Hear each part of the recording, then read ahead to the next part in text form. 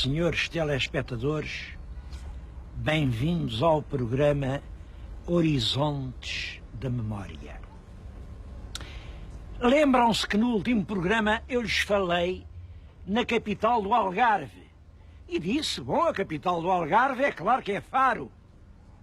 É Faro. É Faro num horizonte de memória que vai só até ao século XVI. Mas é claro, aqui no Algarve a memória é muito mais longa. E antes do século XVI, o Algarve já tinha capital. Estou agora na mais antiga das capitais do Algarve. Estou em Silves. Estas muralhas que vêem na vossa frente são o Castelo de Silves.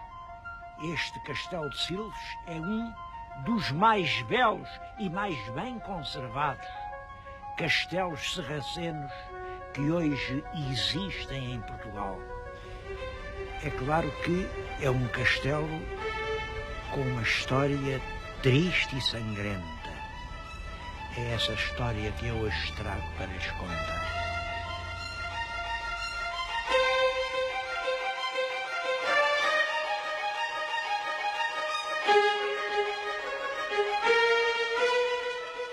Silves é uma terra antiquíssima. E nesta Serra de Silves havia montes de minério. E é claro, o minério atraiu sempre os exploradores das riquezas. Eu penso que há vestígios de ocupação humana de há cerca de 4 ou 5 mil anos. Eu ainda ontem vi uma rocha vermelha que é um santuário neolítico, um monumento completamente ignorado dos nossos arqueólogos. Bom, aqui havia cobre, que era essencial para fazer o bronze.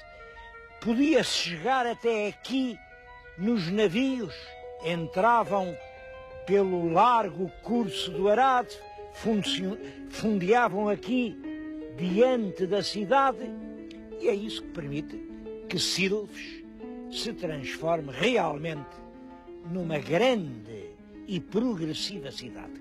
Mas é sobretudo no período árabe que Silves se transforma na grande capital do Algarve. Silves era uma cidade extremamente civilizada. Aqui havia cultura, uma população de árabes muito requintados, parece que eram originários do Iémen. Eu vou-lhes ler, para lhes dar uma ideia disso, vou tentar ler-lhes uma poesia do Al-Mutâmide. O Al-Mutâmide foi rei de Silves. Era rei e era poeta. Fazia versos. Bom, ele saiu daqui, viveu aqui a juventude, mas depois foi para Sevilha. E em Sevilha tinha saudades de Silves. O poema que lhes vou ler evoca perfeitamente isso. O Al-Mutâmide está em Sevilha, lembra-se aqui desta terra e do palácio onde viveu. Era o Palácio das Varandas, onde viveu, imaginem como um rei vive. Claro, um reizinho cheio de tudo quanto é bom. Mas o melhor é dizer-lhes o poema, porque lhes dá ideia, ao mesmo tempo, da riqueza de Silves e do caráter desta literatura cheia de sensualismo. De certo modo, a literatura algarvia permanece fiel a esse espírito do Al-Mutâmide. Há um amigo dele que vem para Silves e ele escreve-lhe: saúda em Silves os lugares queridos da minha infância e pergunta-lhe se ainda se lembram de mim. Saúda ao Palácio das Varandas morada de leões e de brancas gazelas, que ora parecia um covil de leões, ora lembrava um doce serralho. Quantas noites eu passei à sua sombra, na companhia de doces donzelas, de ancas largas e cinturas fininhas, umas tão brancas, outras tão negras, que causavam na minha alma o efeito das espadas refulgentes e das negras lanças. Reparem como este poema, que é um poema cheio de erotismo escondido, ainda hoje é um poema cheio de beleza. É claro que essa cidade rica, civilizada, requintada, cheia de palácios, cheia de tesouros, cheia de mulheres muito bonitas, não tardou a desafiar a cobiça dos cristãos. E realmente a grande tragédia deu-se no ano de 1189. Reinava então em Portugal el rei Dom Sancho I. Bom, devo dizer que o Dom Sancho não teve grandes culpas na tragédia, mas ele sabia muito bem que não tinha forças para tomar esta fortaleza enorme que era o Castelo de Silves. Então cometeu realmente uma ação que eu acho que foi pouco prudente.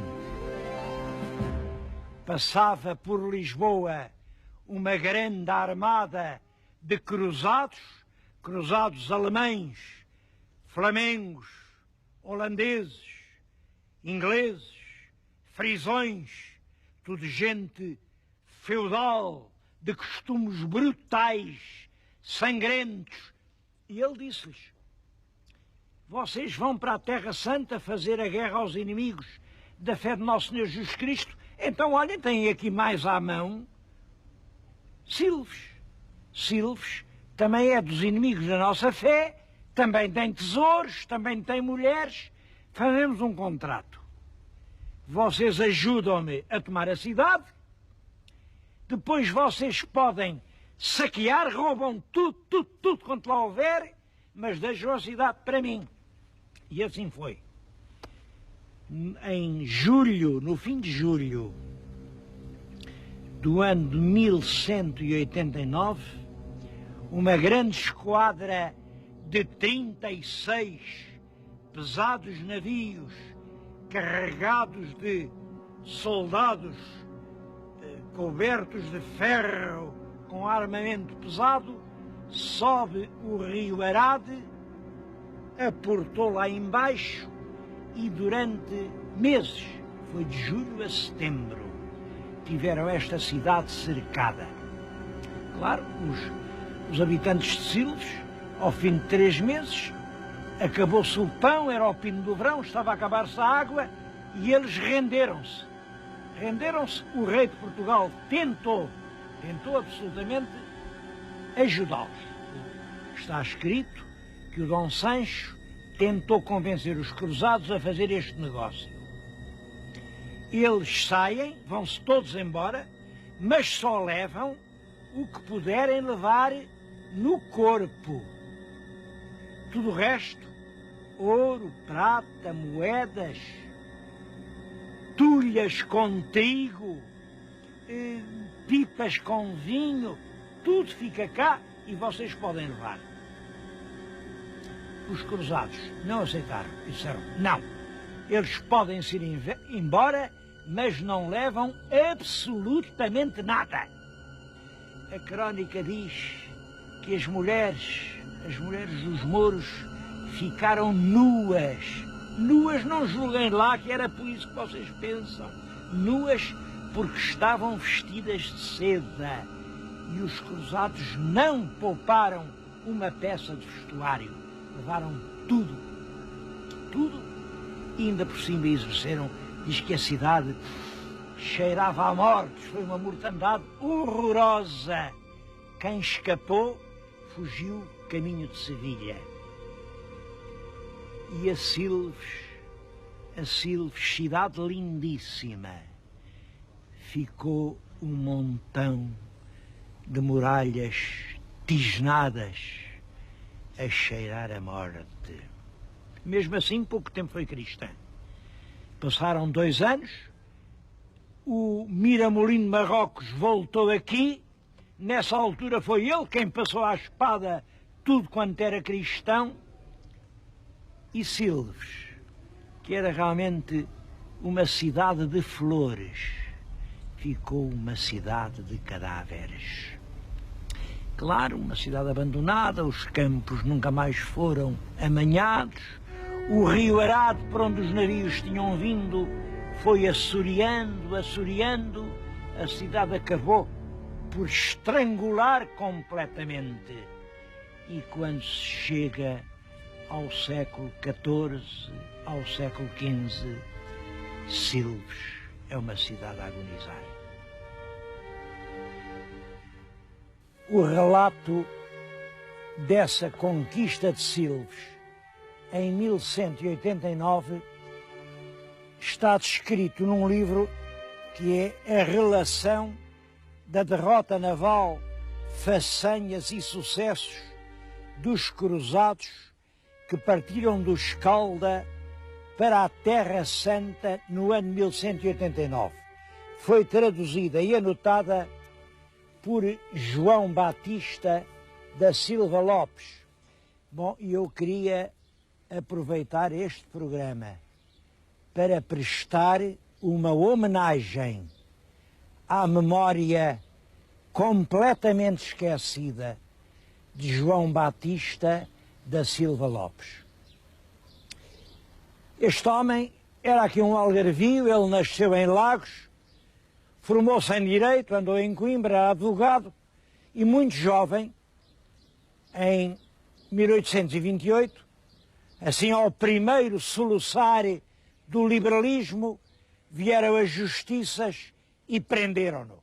Prenderam-no e meteram-no na Torre de São Julião da Barra, nos calabouços subterrâneos. Ele passou ali 6 anos.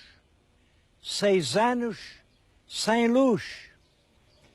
Só recebia uma vaga claridade das frestas que vinham das abóbadas. E apesar disso, passou 6 anos a escrever laboriosamente a relação daquele martírio que foram 6 anos passados nas prisões do absolutismo. Desse relato feito ao longo de 6 anos, resultou uma das grandes obras literárias da literatura portuguesa dos inícios do nosso romantismo. É o relato dos presos de Estado na prisão de São Julião da Barra. É claro, só foi publicada quando a Revolução triunfou e ele pôde sair dali. Trazia consigo a obra, mas tinha perdido a vista. João Batista da Silva Lopes cegou completamente com esse feito temerário de escrever na escuridão o seu martírio. Eu penso que isso sim, isso é que é um herói verdadeiro. O herói não é lá isso, ter sido ministro durante uns tempos, ou de fazer uma ponte, ou de vencer uma batalha. Heroísmo verdadeiro é esse. Durante anos e anos, quando a vitória parece impossível, ele não desistiu e denunciou ali para a posteridade as brutalidades dos seus carcereiros. Todavia, esse livro é hoje quase completamente esquecido. da maioria dos portugueses. Eu não estou a dar recados a ninguém, mas que pena que eu tenho quando vou a Lagos de ver que ainda não fizeram sequer uma lembrança, uma estátua, uma recordação de João Batista da Silva Lopes. Depois dessa violação brutal que a conquista cristã representou, Silves não voltou mais a ser o que era. Os cristãos retomaram-na com o pai Pérez Correia. O pai Pérez Correia era mestre de Santiago e era dos tais, quando tomavam uma cidade, tudo a fio de espada. Às vezes não escapava cão nem gato. E julgava ele que bastava fazer assim uma linda igreja e a cidade renascia. Não renasceu. Aliás, logo aqui começa uma história estranha. O tal pai Pérez Correia era mestre de Santiago, mas Santiago era uma ordem que dependia do rei de Castela. Portanto, quem é que conquistou Silves? Foi o rei de Portugal ou foi o rei de Castela? O pai Pérez não tinha nada com isso, foi ele, claro, foi ele.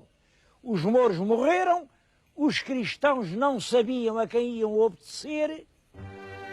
O rei de Castela, Afonso o Sábio, Afonso X, mandou construir uma bela catedral. Ainda hoje, a Catedral de Silves é um monumento magnífico. Vale a pena entrar no interior. Vejam que soberbo monumento aquilo é. Isto destinava-se a ser para sempre a capital espiritual do Algarve. Silves é cidade desde o século XIII, uma das mais antigas cidades portuguesas. Só que não vale a pena o governo estar a dizer: olha, esta é a cidade, aquela é a vila, aquela é a aldeia. Isto de ser cidade, vila ou aldeia depende fundamentalmente das condições de vida. E à medida que o rio Arade ia secando, a cidade de Silves ia morrendo. Quando chegámos ao tempo do terremoto, o terremoto escalavrou a catedral, isto já pouco era. Era uma pequena cidade, ainda hoje mantém o estatuto de cidade. E o mais importante é que eu penso que Silves pode voltar a ser uma grande cidade. Assim os portugueses o queiram. Bom, mas para perceber completamente a evolução histórica de Silves, é preciso ir ao museu. Eu acho que vale a pena esta visita ao Museu Municipal.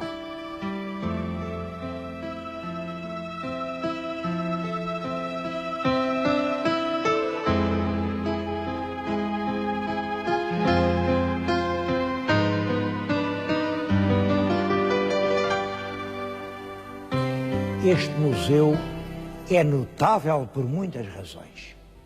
Eu acho que não exagero nada se disser que vale a pena uma viagem até ao Algarve só para visitar o Museu de Silves. É, de certo modo, uma coisa única em Portugal. Primeiro, como sabem, em Portugal, a ideia do museu é esta. Faz-se primeiro a casa e depois enche-se de antiguidades. Até agora estão a fazer muitos museus e depois não têm nada para pôr lá dentro e estamos a assistir à inauguração de museus de nada, cheios de coisa nenhuma. Aqui foi o contrário. O tesouro já aqui estava. O museu está encostado à antiga muralha árabe, mas encostado com um vidro de maneira que não a estragou e desenvolve-se à volta de um extraordinário monumento. O monumento é este que estão a ver, chamam-lhe a cisterna árabe. Eu realmente não creio que seja uma cisterna, penso que é um poço para o acesso ao nível freático, quer dizer, garantia que nunca faltasse a água em Silves. É um monumento extraordinário, praticamente único no mundo. Mas não é só isto, é toda a concepção, e é uma outra coisa, que eu queria pôr em evidência. O Museu de Silves foi pago por Silves. Por sinal, isto originou muita gente a dizer: não está bem, então que diabo, um concelho que não é rico, que tem tanta freguesia, ainda falta isto, falta aquilo, faltam caminhos, faltam pontos, então andam aqui a gastar dinheiro nestas coisas. E houve muita gente que atacou o Presidente da Câmara por gastar dinheiro no museu. Eu acho que com isso ele deu uma grande lição de cultura. Exatamente por isso eu vou neste programa, senhores telespectadores, fazer uma coisa que nunca tinha feito.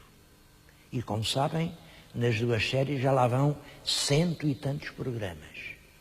Vou apresentar-lhes o Presidente da Câmara de Silves, que é o homem a quem se deve, afinal, este museu. E vou apresentá-lo só para lhe fazer uma pergunta, Sr. Presidente. Uma pergunta, não sei se está preparado para ela, é assim: olha, o senhor sabe os ataques que fizeram, sabe o mal que fizeram de si? Responda-me, acha que valeu a pena? Sr. Professor, valeu a pena, sem dúvida. A cidade de Silves merecia este museu.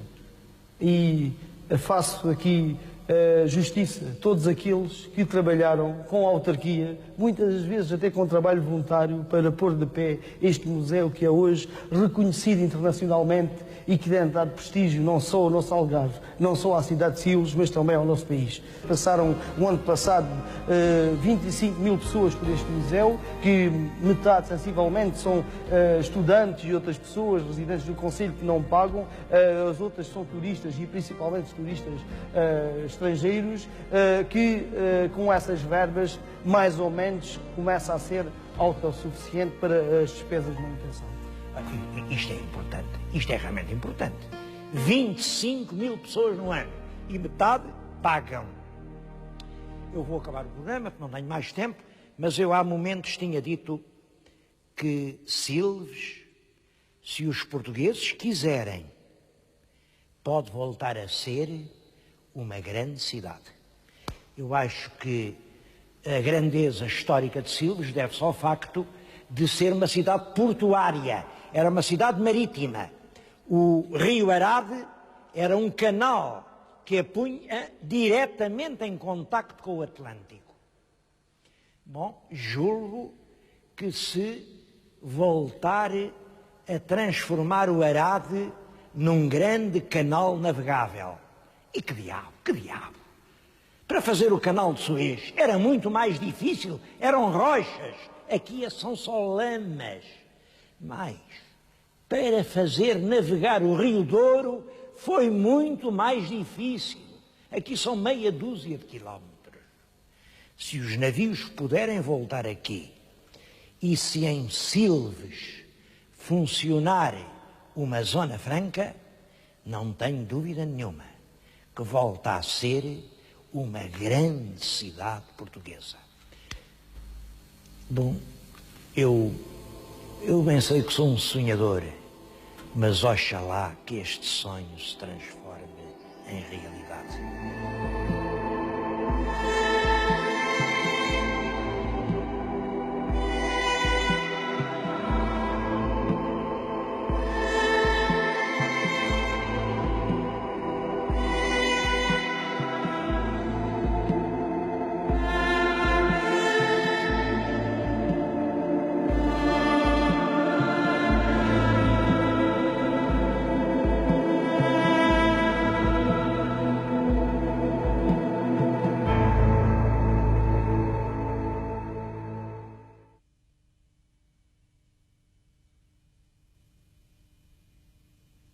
Thank you.